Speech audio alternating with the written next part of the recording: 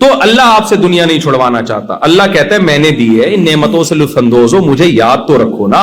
اے اللہ تجھے کیسے یاد رکھیں؟ اب یہ بات میری اب بس آخری ہے, کیسے یاد رکھنا ہے, اچھا انسان کیسے بننا ہے. تو اللہ نے کہا پبلک سے مت پوچھو, بیگم سے مت پوچھو, ابا سے مت پوچھو, پڑوسیوں سے مت پوچھو, گوروں سے مت پوچھو, میں تمہیں بتاؤں گا. اچھا انسان بننے کے لیے سب سے پہلی چیز ہے ایک اللہ پر ایمان.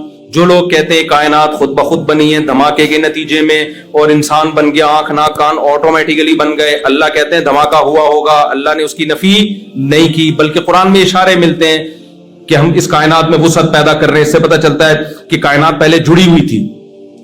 اولم یر الذین کفروا ان السماوات والارض کانتا رتقا, اللہ فرماتے ہیں کافر دیکھتے نہیں ہے کہ زمین اور آسمان پہلے بند تھے. ففتقناہما, ہم نے ان کو ایک دم, فت کہتے ہیں ایک دم کسی چیز کو پھاڑ ڈالنا. لیکن یہ خود بخود نہیں ہوا بھائی, یہ دھماکے آٹومیٹیکلی نہیں ہوئے, یہ کسی ذات نے کیے. آنکھ خود نہیں بن سکتی, ڈیجیٹل کیمرہ جو انسانی آنکھ کی کاپی ہے وہ خود نہیں بنا, تو جو اصل ہے وہ خود کیسے بن گئی؟ تو پہلی بات آپ نے یہ اقرار کرنا ہے کہ یہ کائنات خود بخود نہیں بنی, کسی نے اس کو بنایا, کیونکہ بنانے والے کا انکار بہت بڑا جرم ہے, بہت بڑا جرم ہے. آپ اپنی جان چھڑا رہے ہو اللہ کے حکام سے. جب آپ نے کہہ دیا خود بخود بنی ہے, پھر حلال حرام کا کوئی کانسیپٹ رہے گا؟ پھر اللہ کیا چاہتا ہے, کن چیزوں سے خوش ہوتا ہے, کن چیزوں سے ناراض ہوتا ہے, آپ کہیں اللہ ہے ہی نہیں. یہ تو بہت بڑا جرم ہے. اللہ کہتا ہے بھائی میں نے بنایا ہے. دوسری بات, اللہ کیا کہتا ہے اچھا انسان بننے کے لیے عقیدہ توحید. اللہ کہتا ہے میں ہوں, تو جو حق میرا ہے وہ مخلوق کو نہیں دینا, کسی پیغمبر کو بھی نہیں دینا وہ حق. وہ میرا حق کیا ہے؟ پکار کے لائق, عبادت کے لائق صرف میں ہوں. صرف یا اللہ مدد چلے گا, یا اللہ مدد کے علاوہ کوئی اور نعرہ اللہ قبول. جملہ کمپلیٹ کر دیا کرے کائنڈلی, یا ورنہ کسی ایئر ہوسٹس سے بیان کرواؤں گا. وہ اتنے کائنڈلی لگائے گی نا کہ سب مسلمان ہو جائیں گے. ہمارے وہ کائنڈلی میں وہ دم نہیں ہے نا, ہمیں اتنی تنخواہ نہیں مل رہی. اگر مجھے کوئی کہے مفتی صاحب بہت تمیز سے بیان کرے 1 کروڑ روپے ملیں گے, پھر دیکھو ذرا میری آواز بلند نہیں ہوگی. تو عقیدہ توحید پہ کمپرومائز نہیں کرنا. اللہ کے بعد سب سے بڑا مقام پیغمبر کا ہے, مگر آپ مشکل کشا حاجت روا نہیں. کوئی قبر انسان کو نہیں کھلا سکتی, کوئی بزرگ انسان کو نہیں کھلا سکتے. تو دیکھو میرے پاس ایک فالج زدہ انسان کا فون آیا کہ میں علاج کراتے کراتے پریشان ہو گیا ہوں, علاج نہیں ہو رہا, مجھے کسی نے بتایا فلاں مزار پہ جانا ہے, وہاں بابا ہیں, وہ وہاں جاؤ گے تو ٹھیک ہو جاؤ گے. میں نے کہا میرے بھائی آپ کا آدھا دھڑ کام نہیں کر رہا, آپ ایک ایسے بابے کے پاس جا رہے ہو جن کے دونوں دھڑ کام نہیں کر رہے, تبھی تو وہ قبر میں ہیں. ذرا سی انگلی بھی ہل رہی ہوتی تو لوگ ان کو دفن کرتے. میں نے کہا جس کے بیچارے کے دونوں دھڑ کام نہیں کر رہے, وہ تمہارا آدھا دھڑ کیسے, اس کو شکر ہے سمجھ میں آ گئی بات. اس نے کہا میں نہیں جا رہا. میں نے کہا مزے دیں بھائی, اللہ سے مانگو جا کے. تو فلا تدعوا مع اللہ احدا, اللہ کہتے ہیں سردہ گاہیں اللہ کے لیے, اللہ کے ساتھ کسی اور کو مت پکارو. بہت بڑا جرم ہے, اس پہ بخشش نہیں ہے. اس سے آپ کی نظر میں جرم نہیں ہے نا, ہماری اور آپ کی نظر میں جرم نہیں ہے, اللہ کی نظر میں بہت بڑا جرم ہے کہ میرے ساتھ کسی کو شریک کر لیا. سب سے پہلے عقیدہ توحید, اس کے بعد عقیدہ رسالت. ہمارا یہ عقیدہ اجماعی عقیدہ, قرآن نے حدیث نے بیان کیا, محمد صلی اللہ علیہ وسلم لاسٹ میسنجر آف گاڈ ہیں, آپ کے بعد کوئی پیغمبر نہیں آئے گا. یہ طے شدہ حقیقت ہے. تیسری بات, یہ تو عقیدے کی بات ہو گئی. آخرت پہ عقیدہ, ہم مر کے ختم نہیں ہو جاتے, ہماری باڈی ختم ہوتی ہے. اللہ سورہ طٰہٰ میں کہتا ہے منہا خلقناکم, میں نے اسی مٹی سے تمہیں پہلی دفعہ بنا دیا. تم نے اس کی لاجک تلاش کر لی, ایکچولی ہوا یہ تھا, ایکچولی یوں ہوتا ہے, اسپم بنتا ہے, پھر وہ ماں کے پیٹ میں جا کے یوں بنتا ہے. اللہ کہتے ہیں پھر میں تمہیں مار کے دوبارہ مٹی بنا کے ختم کر دیتا ہوں. تمہارے سائنٹسٹ میدان میں انہیں ایکچولی ایک نیچرل پروسیس ہے, یہ ایکچولی یوں ہوتا ہے. اللہ کہتے ہیں میں تمہیں اب دوبارہ ریورس کر کے انسان بناؤں گا. سائنسدان کہتے ہیں ایکچولی یہ ممکن نہیں ہے. اللہ کہتے ہیں کہ جس نے پہلی دفعہ کیا نا, اس نے سائنسدانوں سے پوچھ کے نہیں کیا, اپنی قدرت سے 9 مہینے میں ماں کے پیٹ میں منی کا قطرہ, ایک اسپم جاتا ہے ماں کے پیٹ میں, اس میں 9 مہینے کے اندر اس پانی میں آنکھ, ناک, کان, دل, دماغ, جگر, گردے, پھیپھڑے, کلیجی بنتی ہے, پورا انسان بن کے باہر نکلتا ہے. ماں روٹی کھاتی تھی, اس سے پہلے بچے کی آنکھ, ناک, کان بن رہے تھے, برین بن رہا تھا. اب جب بچہ دنیا میں آیا اسی روٹی سے دودھ بن رہا ہے اور وہ دودھ ماں کی چھاتیوں میں جا رہا ہے اور بچے کو پتا ہے مجھے دودھ کہاں سے ملے گا, میرے حلق میں کیسے اترے گا. اللہ کہتے ہیں جو سائنٹسٹ یہ کہہ رہا ہے کہ یہ خود بخود ہو رہا ہے وہ اللہ کا بہت بڑا مجرم ہے, وہ تمہیں خدا سے ہٹا رہا ہے. اکفرت بالذی خلقک من تراب, تم ان ایتھیسٹ سائنسدانوں کی باتوں میں آ کے اس خدا کا کیسے انکار کر رہے ہو جس نے تمہیں مٹی اور پانی سے بنایا؟ تمہاری عقل کو کیا ہو گیا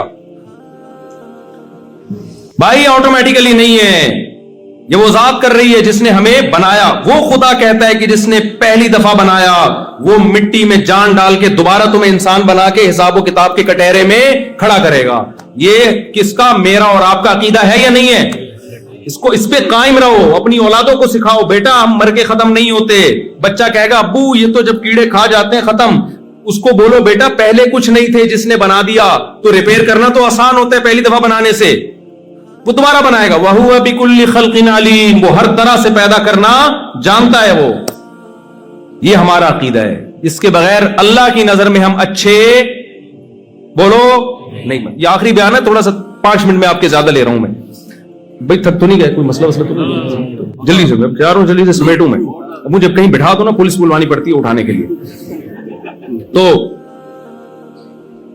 زندگی کا آخری نہ ہو, یعنی اس سفر کا آسٹریلیا کا. بعض دفعہ کلپ چلا دیتے ہیں مفتی صاحب کا آخری, تو اس کے بعد کیا ہونے والا ہے ان کے ساتھ. تو اب کیا ہے میرے بھائی, اللہ تعالیٰ کیا فرماتا, عقیدہ توحید, عقیدہ رسالت, آخرت کہ ہمیں موت کے بعد دوبارہ زندہ ہوں, عقیدہ تقدیر کہ اچھا برا سب پہلے سے طے شدہ ہے. کچھ بھی ہوتا ہے اپنی طرف سے کوشش کرو اچھا ہو برا نہ ہو, جب ہو جائے ما قدر اللہ, جو کام طے ہونا تھا وہ ہو گیا. اب ٹینشن لینے کا. ایک سعودی عرب میں ایک عربی اپنے 2 بچوں کے ساتھ جا رہا تھا, پیچھے سے گاڑی آئی, بچے کی انگلی چھوٹ گئی نا, ہاتھ چھوٹ گیا, وہ کہیں روڈ پہ آ گیا بیچارہ بچہ, گاڑی نے اٹھا کے مارا اس کو, وہ درخت پہ جا کے چپکا ہے بچہ, اس کے سامنے بچے نے دم توڑا ہے. عربوں میں جہاں کچھ خامیاں ہیں وہاں کچھ بہت ساری خوبیاں بھی ہیں. وہ شخص جو اس کے ساتھ تھا نا, عربی کہہ رہے, میں نے اس عربی کا حوصلہ دیکھا. اس عربی نے کہا ما قدر اللہ, جو مقدر تھا وہ, کیونکہ اس میں نہ بچہ تو بیچارہ بچہ ہے, نہ باپ کی غلطی, باپ تھوڑی وہ کرتا. تو وہ گاڑی والا اٹھ کے آیا, اس نے کہا میں دیت دینے کے لیے تیار ہوں. اس نے کہا تمہاری کوئی غلطی نہیں ہے. اس کی غلطی بھی نہیں تھی گاڑی والے کی نا, وہ روڈ پہ بچہ خود ہی آ گیا. تو مسلمان کے لیے عقیدہ تقدیر کی بیس پہ بڑے بڑے غموں کو پی جانا آسان ہے. کبھی مسلمان خودکشی کی طرف نہیں جا. کہتا ہے یار جو مقدر میں تھا, جب میں نے دوسری کی نا پٹا, تو میں نے کہا ما قدر اللہ. ہاتھوں سے نہیں پیٹا کسی نے, جو زبان سے کوٹا گیا. تو میں بھی یہی سوچ کے صبر کیا, بھائی مقدر میں تھی. اب مجھے سمجھ میں آ رہا تھا خوش ہونے کا موقع ہے, غم کا موقع ہے. صبر والی آیتیں میں دیکھوں جا کے, یہ شکر والی بہت اب تک اس طرح کی کنفیوژن چل رہی ہے. خیر اب تو اللہ کا شکر, شکر والی آیتیں زیادہ آ گئی ہے دماغ میں. تو ما قدر اللہ یہ لفظ اور یہ جملہ یاد کر لیں. ایک یہ, دوسرا جب بھی کوئی پریشانی ہو, انا للہ و انا الیہ راجعون, ہم اللہ کے غلام ہیں بھائی, ہمیں بنایا گیا ہے, ہم بنے نہیں ہیں. ہماری نہیں چلے گی, چلے گی کس کی؟ اس کی. ہم اللہ کے غلام. و انا الیہ راجعون, جانا کس کی طرف ہے؟ کیا مطلب؟ اس غم پہ صبر کریں گے اجر مل جائے گا. نبی نے فرمایا جس عورت کا 1 بچہ مر گیا, 2 بچے مر گئے, اس نے صبر کیا تو اللہ میں اس کے لیے جنت کی ضمانت لیتا ہوں. صبر, کیونکہ عورت کے لیے اس سے بڑا غم کوئی نہیں ہوتا. بھائی مسلمان نہیں خودکشی کی طرف جاتا. مسلمان کہتے ہیں یہ تو کس نے کی, یعقوب علیہ السلام سے زیادہ غم کسی کے پاس ہو سکتا ہے؟ اتنا محبوب بچہ گم ہو گیا بچپن میں, ساری زندگی اس کی یاد میں روتے رہے ہیں, زبان سے ناشکری کا ایک لفظ نہیں نکل رہا, ایک لفظ نہیں نکل رہا. دعائیں مانگتے رہے ساری زندگی, اور دعاؤں کا صلہ کیا ملا؟ دوسرا بچہ بھی گم گیا. لیکن کیا بھائی کون کر رہا ہے یہ؟ اللہ کر رہا ہے بھائی. اللہ کی ہم پہ چلے گی. ایک جملہ بھی ہم ہوتے, ہم کہتے لو دعائیں مانگ رہے ہیں, اور اللہ نے بجائے پہلا بچہ لوٹانے کے دوسرا بھی اٹھا لیا. یہ کیا ہے؟ مذہب چھوڑ دیتے ہیں لوگ, اسلام چھوڑ دیتے ہیں, اللہ کو برا بھلا کہنا شروع کر دیتے ہیں. بھائی وہ دعائیں, وہ کوئی روحانی عامل کے پاس نہیں کہ میرا ذائچہ نکال کے بچہ نکالو کہاں ہے. وہ پتا تو روحانی عاملوں کے پاس کچھ بھی نہیں ہوتا. کس سے دعا مانگی ہے؟ اللہ سے. بھائی صبر, فصبر جمیل, صبر جمیل اس صبر کو کہتے ہیں, ایسا صبر جس میں شکایت ذرا بھی نہ ہو. رو رہے ہیں, آنکھوں کی بینائی تک چلی گئی, زبان سے وہ نکلے گا جس پہ اللہ راضی ہوگا. جو غیر اختیاری غم ہوتا ہے وہ تو اختیار میں نہیں ہوتا نا, وہ تو محبت کی وجہ سے, وہ تو دینداروں کو بھی ہوتا ہے, وہ تو نیچرل ہے, وہ تو ہونا بھی چاہیے, نہ ہونا اس کی علامت ہے آپ کو محبت ہی نہیں تھی. تو زبان سے نہیں, کوئی خودکشی نہیں, کوئی ڈپریشن کے ڈاکٹر کے پاس نہیں گئے, نفسیاتی ڈاکٹر کے پاس. بھائی ان ڈاکٹروں کے پاس حل نہیں ہے ڈپریشن کا, ڈپریشن کا حل اللہ رسول کے پاس ہے. تو آپ نے عقیدہ تقدیر پہ بولو مضبوط ہونا, اس سے آپ کو اسٹریس سے نجات ملے گی, ڈپریشن سے نجات ملے گی. ہاں اپنی حماقتوں کی وجہ سے جو مصیبتیں آ رہی ہیں اس میں تقدیر کا عقیدہ سوچنے کی اجازت نہیں ہے, اس میں توبہ استغفار. آپ نے کوئی الٹے کام کرنا شروع, سست پڑے ہوئے ہیں, کاروبار نہیں ہے کیونکہ ہل نہیں رہے, نہ پڑھ رہے ہیں, اور جب فاقے پڑھنا شروع ہوئے تانے, یار اللہ نے میرے مقدر میں روزی نہیں لکھی ہوئی. بھائی تو آپ اپنا پورا کام کرو, پھر تقدیر کا عقیدہ ہے. آپ ہی پوستیوں کی طرح پڑے ہوئے ہو تو پھر نہیں ہوتا یہ. چوتھا کام, اللہ نے جو سب سے زیادہ جس کو ویلیو دی ہے, جو اللہ کو مانتا ہے, قرآن میں جگہ جگہ عقیدہ توحید اور رسالت اور آخرت کے عقیدے اور تقدیر کے عقیدے کے بعد اللہ نے جس چیز کو سب سے زیادہ فوکس کیا ہے, نماز. یقیمون الصلاۃ, اللہ کہتے ہیں جو ہم پر ایمان رکھتے ہیں وہ نماز پڑھتے نہیں ہیں, قائم کرتے ہیں. پڑھنے اور قائم کرنے میں فرق ہے. ٹرخانے والی نماز پڑھی جاتی ہے, اور جو باقاعدہ جماعت کے ساتھ مسجد میں حاضری خشوع و خضوع کے ساتھ ہوتی ہے اس کو اقامت صلاۃ کہتے ہیں. جگہ جگہ قرآن اقامت صلاۃ کا حکم دیتا ہے, نماز پڑھنے کا حکم نہیں دیتا. بھائی اگر آپ مانتے ہو کہ اللہ نے ہمیں بنایا اور یہ نعمتیں اللہ نے ہمیں دی ہیں, تو آپ کو 5 ٹائم مردوں کو مسجد میں حاضری دینی پڑے گی. آج سے عزم کرو, زمین آسمان ادھر سے ادھر ہو جائے, نماز ضائع نہیں. اللہ نے سفر میں آدھی کر دی ہے, قضا کرنے کی اجازت نہیں دی ہے. جہاز میں جب بیٹھو سفر میں, بھائی نماز کے ٹائم وضو کر کے بیٹھو, جہاز میں کھڑے ہو کے نماز پڑھنا فرض ہے. ممکن نہ ہو تو بیٹھ کے پڑھ لو احتیاطاً اس کو, کیونکہ فرض نماز کھڑے ہو کے ہوتی ہے, بیٹھ کے نہیں ہوتی فرض نماز. تو اب پڑھنے نہیں دیتے جہاز میں, تو مجبوری ہے, قضا ہو رہی ہے تو پھر بیٹھ کے پڑھ لو. بہتر یہ ہے کہ اس کو پھر بعد میں لوٹا لو اس کو, لیکن قضا نہیں ہونے دینا کسی قیمت پہ. سمجھ میں آ رہی ہے بات؟ بعض علماء کہتے ہیں بہتر نہیں ہے, واجب ہے, اس کو لوٹانا پڑے گا آپ کو. خیر ابھی میں اس فقہی مسئلے کی بحث میں نہیں جاتا. تو کسی قیمت اگر نماز چھوڑنے کی اسلام میں کوئی گنجائش ہوتی تو میدان جنگ میں جب دشمن سے مقابلہ ہو رہا ہے, سفر بھی ہے, جنگ بھی ہے, وہاں اللہ کہتے معاف ہے. نہ, اللہ نے کہا نہیں. وَإِذَا كُنْتَ فِيهِمْ فَأَقَمْتَ لَهُمُ الصَّلَاةَ, اے نبی جب آپ ان میں موجود ہو اور نماز کا ٹائم ہو جائے تو اس طرح سے نماز پڑھو. پورا طریقہ اللہ نے بتایا. پھر اللہ نے کہا اگر اتنا خوف ہے کہ گھوڑے سے اتر کے تم نے نیت باندھی تو تمہیں خوف ہے دشمن قتل کر دے گا, مجبوری میں پھر گھوڑے پہ بیٹھ کے نماز پڑھ لو, رخ قبلے کی طرف ہو. اللہ نے کہا اگر قبلے کی طرف رخ کر کے بھی خطرہ ہے کہ دشمن مار دے گا تو جہاں بھی رخ ہے, اینما تولوا فثم وجہ اللہ, جہاں رخ کرو گے وہاں اللہ ہے, تو تم وہیں جہاں بھی رخ ہو وہیں منہ کر کے نماز پڑھ لو. اے اللہ تو ہمیں اتنی ٹینشن کیوں دے رہا ہے؟ سوال پیدا ہوتا ہے. جنگ کے بعد پڑھ لیں گے آرام سے. اللہ نے اگلی آیت میں فرمایا ان الصلاۃ کانت علی المؤمنین کتابا موقوتا. دیکھو اصل بات یہ, میدان جنگ میں نماز کا حکم اس لیے دے رہے ہیں کہ صرف مسلمانوں پہ صرف نماز فرض نہیں ہے, مقررہ اوقات پہ فرض ہے. ٹائم چلا گیا تو نماز چلی گئی. لوگ آخر میں شام کو آ کے ساری نمازیں پڑھ رہے ہوتے ہیں. ایسا نہیں ہوتا بھائی, ہر نماز کا اپنا ایک بولو ٹائم, تو آپ اس ٹائم کی پابندی کرو. خواتین گھر میں نماز کا اہتمام کریں. جمعے میں الحمدللہ یہاں خواتین آتی ہیں نماز پڑھنے, جمعے میں مسجد میں آئے تاکہ مسجد سے ان کا رشتہ بولو نا مضبوط رہے. یہاں اگر خواتین مسجدوں میں نہیں آئیں تو ان کا رشتہ مسجد سے ٹوٹ جائے گا. اور عورت گھر میں بچوں کی تربیت کرتی ہے. آج کل تربیت اباؤں کے کنٹرول میں بہت کم ہے, ماؤں کا کنٹرول زیادہ ہے. ماں پردے دار ہوگی بچی پردہ کرے گی, ماں پردہ نہیں کرے گی بچیاں پردہ نہیں, وہ باپ کو بیوقوف سمجھنا شروع کر دیتی ہیں. تو خواتین کو اگر مسجد سے نہیں جوڑیں گے تو بڑا مسئلہ خراب ہو جائے گا. آگے جلدی ہے جلدی پکڑائی میں پتہ نہیں دوبارہ کب آئے آپ لوگ. اور نماز قائم کرنا. چوتھی چیز اللہ نے چوتھے نمبر پہ جو سب سے زیادہ ویلیو دی ہے نا, وہ زکات اور صدقات و خیرات. مسلمان کنجوس بولو نہیں ہوتا, کسی کا حق نہیں دباتا, ایک درہم کسی کا لے کے مرتا نہیں ہے. نبی جس نے پیسہ کسی کا لیا ہو نا اس کے نماز جنازہ نہیں پڑھاتے تھے. جس کا کسی پہ قرضہ ہونا, سوچو یار کیا سزا ہے یہ کہ پیغمبر نماز پڑھانے سے انکار کر, جب تک کوئی ذمہ داری نہیں لیتا کہ اس کا قرضہ میں ادا کروں گا. آپ نے فرمایا شہید کا ہر گناہ معاف ہوتا ہے, قرضہ معاف بولو نہیں. کتنا بڑا جرم ہے یار. اور ان ملکوں میں آپ کو یہاں کے جو انگریز ہیں، گورے ہیں، ان سے زیادہ مالی معاملات میں ایک نمبری دکھانی ہے، کیونکہ یہ لوگ ایک نمبر بنتے ہیں گورنمنٹ کے لا کی وجہ سے. یہ ٹیکس ٹائم پہ ادا کرتے ہیں کیونکہ حکومت کا لا ہے. آپ جو ٹیکس ٹائم پہ ادا کرو گے صرف حکومت کا لا نہیں ہے بلکہ آپ کا ایگریمنٹ ہے گورنمنٹ سے. اور قرآن کہتا ہے جو ہم پر ایمان لاتے ہیں وہ معاہدوں اور ایگریمنٹ کو توڑتے نہیں ہیں. لِكُلِّ غَادِرٍ لِوَاءٌ يَوْمَ الْقِيَامَةِ، فرمایا جو معاہدہ کر کے توڑے گا قیامت میں ایک جھنڈا اس کے ہاتھ میں ہوگا، اس کو پکڑایا جائے گا تاکہ ساری دنیا کو پتا چلے یہ معاہدہ توڑنے والا آدمی ہے. حساب و کتاب سے پہلے نا ایک علامت لگا دی جائے گی، یہ جھنڈا پکڑ، یہ سارے غداروں کے ہاتھ میں جھنڈا ہے جو معاہدہ کر کے توڑتے تھے. اگر معاہدہ توڑنے کی کوئی گنجائش ہوتی، لوگ یہاں آتے ہیں معاہدے توڑ رہے ہوتے ہیں.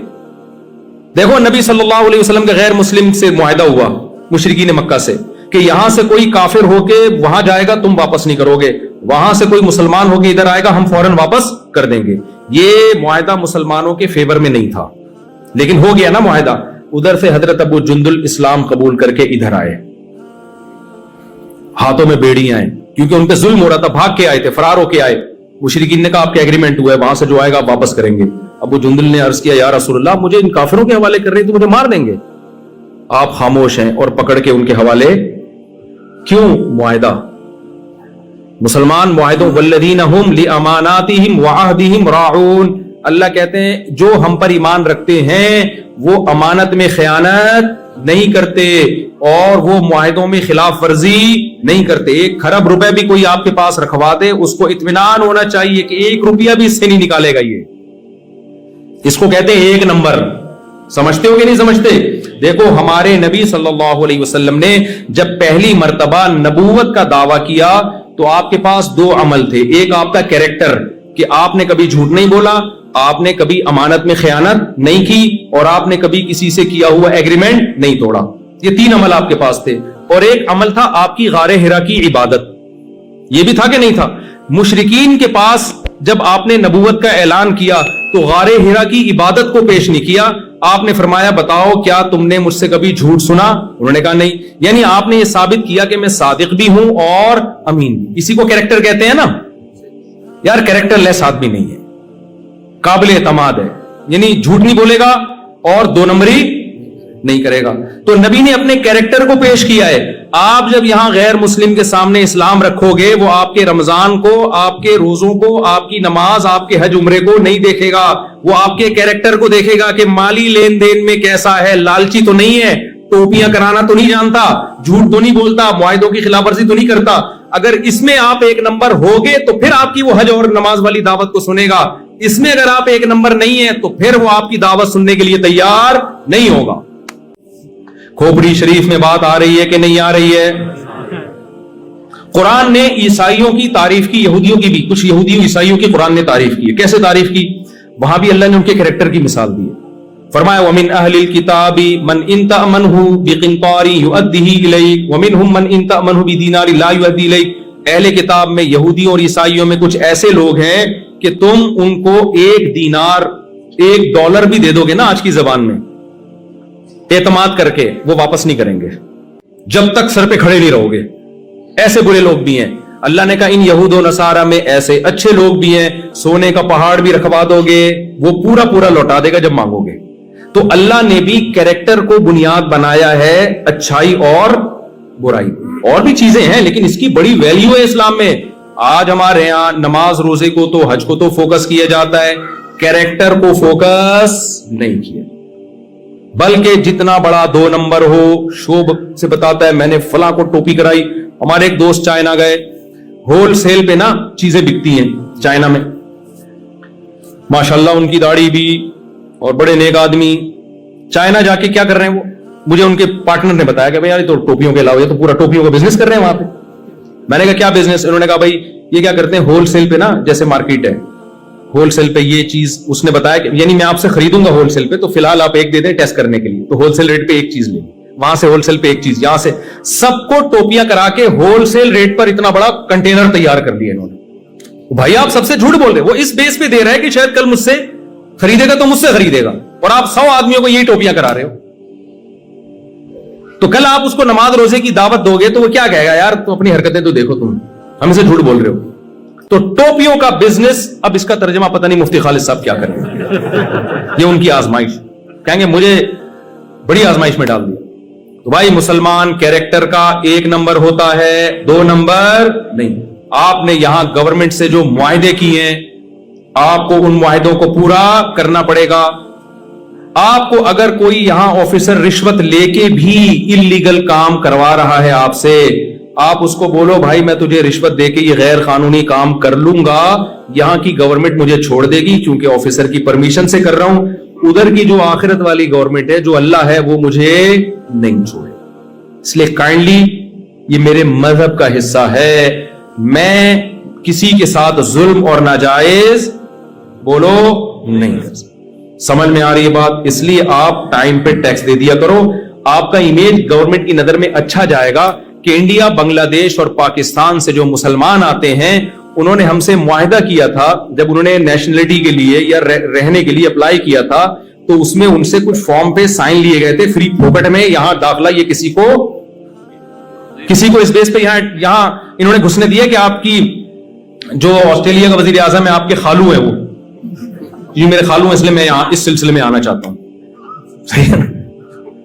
اب آپ جب گھر میں بیگم کے پاس جاؤ نا، تو آپ بولو میں اس سلسلے میں بیگم آپ سے ملاقات کے لیے حاضر ہوں کہ آپ میری وائف ہیں، ورنہ تو ٹائم دیتے نہیں نا آج کل لوگ بیویوں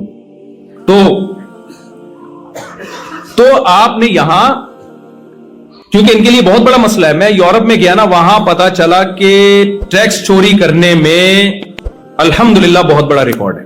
کس کا ہے یہ میں نہیں بتاؤں گا، پھر لوگ مجھے پاکستان میں تنگ کرتے ہیں کہ آپ ایسی باتیں کرتے ہو ہمارے خلاف۔ ٹیکس چوری کرنے میں، اور میرے بھائی وہاں اور یہاں میں کم از کم اتنا فرق تو ہے کہ یہاں آپ سے اگر ٹیکس لے رہے ہیں تو آپ کو وہ فائدے بھی تو دے رہے ہیں نا۔ یہ کیا بات ہے یار، فائدہ لیتے ہوئے آپ بھرپور طریقے سے فائدہ اٹھاتے ہو، اور دینے کی باری آتی ہے تو ڈنڈی مارتے ہو آپ۔ ہانگ کانگ میں میں نے ایسے مسلمز دیکھے ہیں جو کیا کر رہے ہیں، اپنے آپ کو بے روزگار شو کر کے فری پھوکٹ کے پیڑے کھا رہے ہیں گورنمنٹ سے لے کے۔ یہاں بھی ایسے ہوں گے ماشاءاللہ، شاید بیان میں بھی ہوں، اللہ معاف فرمائے۔ اب توبہ کر لو بھائی۔ $3000 آسٹریلین گورنمنٹ دے رہی تھی بے روزگاروں کو، چھپڑ میں کاروبار چل رہا ہے، مزدوری چل رہی ہے، کام چل رہا ہے، اور ادھر سے کیا لے رہے ہیں؟ بے روزگاری کا الاؤنس لے رہے ہیں۔ کس قدر بے شرمی کی بات ہے۔ ایک حکومت تم پر احسان کر رہی ہے، احسان فراموشی کا تقاضا یہ ہے کہ تم چھپڑ میں وہاں سے کما بھی رہے ہو اور ادھر سے، یہ تو حرام خوری ہو گئی نا۔ اس سے بڑی بھیک کوئی ہو سکتی ہے؟ ہمارے نبی نے بغیر دھوکے کے بھیک مانگنے سے منع کیا ہے۔ ایک صحابی نبی کے پاس آئے، کچھ نہیں ہے، آپ نے فرمایا جاؤ گھر میں جو کچھ ہے لاؤ، بیچا، اس کو کلاڑی دی، ان صحابی نے لکڑیاں کاٹ کے لا کے بیچ کے بزنس شروع کیا۔ آپ نے فرمایا لوگوں کے سامنے ہاتھ پھیلانے سے بہتر ہے کیا کرو؟ کاروبار کرو۔ جب لوگوں کے سامنے ہاتھ پھیلانا، حالانکہ وہ دھوکہ دے کے نہیں پھیلا رہے تھے، واقعی غریب تھے وہ، آپ دھوکہ دے کے گورنمنٹ کے سامنے ہاتھ پھیلاؤ، یہ زیادہ برا ہے یا نہیں ہے؟ اور اس سے اسلام بدنام ہو رہا ہے، آپ کا کنٹری بدنام ہو رہا ہے، آپ کا ملک کا امیج۔ ہم حکمرانوں کو گالیاں دیتے ہیں یار ہمارا امیج خراب کر کے رکھا ہوا ہے، تو عوام نے کون سا اپنا امیج پاکستان کا بحال کر کے رکھا ہوا ہے؟ حکمرانوں نے اگر ہمارا امیج دنیا میں خراب کیا ہے تو عوام نے بھی اپنی حرکتوں سے خراب کیا ہے۔ یہ لوگ آپ کی نماز روزے کو نہیں دیکھیں گے، یہ آپ کے حج اور رمضان کی تراویح کو نہیں دیکھیں گے، یہ دیکھیں گے یہ لوگ ٹیکس ٹائم پہ جمع کراتے ہیں کہ نہیں کراتے، لا کو فالو کرتے ہیں کہ نہیں کرتے۔ اگر آپ کا امیج ان کے سامنے یہ چلا گیا کہ یار یہ لوگ ہمارے لیے خطرہ نہیں ہے، ملک کے امن و امان میں اور کرمنل ایکٹیویٹیز میں مبتلا نہیں ہے، تو یہ آپ کو اور زیادہ سہولتیں دیں گے۔ اور اگر آپ نے ان کے اگینسٹ چلنا شروع کر دیا، جائز کاموں میں بھی ان کی مخالفت کرنا شروع کر دی، تو بھائی صرف آپ بدنام نہیں ہوگے، آپ لوگوں کو اللہ کے راستے اور اسلام سے روکنے کا سبب اور ذریعہ بن جاؤ۔ تو اس لیے معاہدوں کی خلاف ورزی بولو مت کرو۔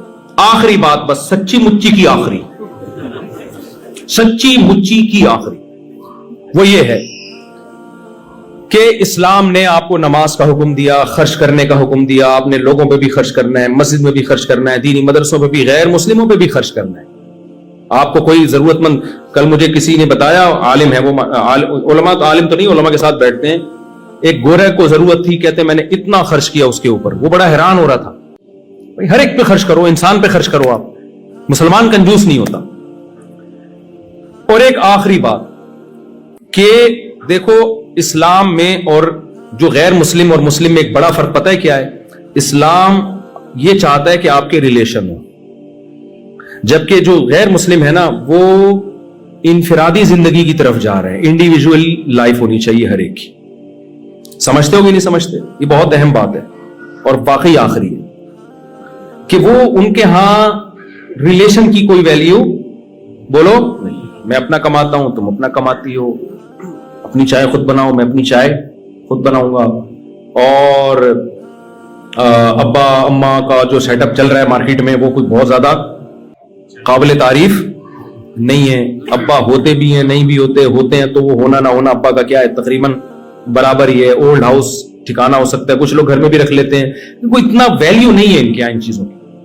یہ ٹھیک ہے بھائی ان کا مذہب ہے, جیسا ان کا مذہب ان کو کہتا ہے, ان کا کلچر کہتا ہے, چلتے رہیں, لیکن آپ یا تو ان کے کلچر کا کلمہ پڑھ لو یا اسلام کا کلمہ پڑھ لو. اسلام کا جب کلمہ پڑھو گے تو اسلام ریلیشن کا قائل ہے, خالق اور مخلوق کا مضبوط ریلیشن چاہتا ہے اسلام. آپ اللہ کو اپنی زندگی سے نہیں نکال سکتے, اس ریلیشن کے لیے اسلام نے کہا نماز پڑھو, حج کرو, زکوٰۃ دو, رمضان میں تراویح ہے, روزے ہیں اور صدقات و خیرات ہیں اللہ کی خاطر, یہ ساری ذکر اذکار ہے, یہ سب اللہ اور مخلوق کا ریلیشن درست کرنے کے لیے. پھر اللہ نے مخلوق کا آپس میں بھی ایک ریلیشن رکھا ہے, آپ اس ریلیشن سے دستبردار بولو نہیں. ان میں سب سے پہلے والدین, دادا دادی, نانا نانی, آپ ان کو اولڈ ہاؤس میں جمع نہیں کرا سکتے. دادا دادی, نانا نانی, ابا اما غصے میں آپ کو ڈانٹتے ہیں, آپ غصے میں رپلائی نہیں کر سکتے. آپ نے ان کے سامنے اپنے بازوؤں کو ذلت سے جھکانا ہے, ایسا شو کرنا ہے میں غلام ہوں ان کا. یہ آپ کو کرنا پڑے گا اللہ کی خاطر, غصے کو پینا پڑے گا باپ اور ماں کے سامنے. پھر اللہ نے جو ریلیشن بنایا ہے آپ کی محبت کا, آپ کے نرم لہجے کا, ماں باپ کے بعد سب سے زیادہ مستحق آپ کی زوجہ ہے. نبی صلی اللہ علیہ وسلم نے فرمایا تم میں سب سے اچھے اخلاق اس کے سمجھے جائیں گے جو ایئر ہوسٹس ہے, نا اس کے جو اپنی زوجہ کے ساتھ نرم لہجے میں بات کرے. اور عورت کے لیے اللہ نے شوہر کا حق بہت بڑا بنایا. ابھی کچھ دن پہلے خاتون کا فون آیا کہ ایکچولی میں اپنے ہسبینڈ سے, جی وہ ملک کا نام نہیں لینا چاہیے, وہ سمجھ جائیں گے میری بات ہو رہی ہے, آدھا تو نکل ہی گیا, نکال ہی دیتا ہوں پورا. کینیڈا سے فون آیا, ٹھیک ہے نا, تو انہوں نے کہا کہ ایکچولی میں اپنے ہسبینڈ کے ساتھ نہیں رہنا چاہتی.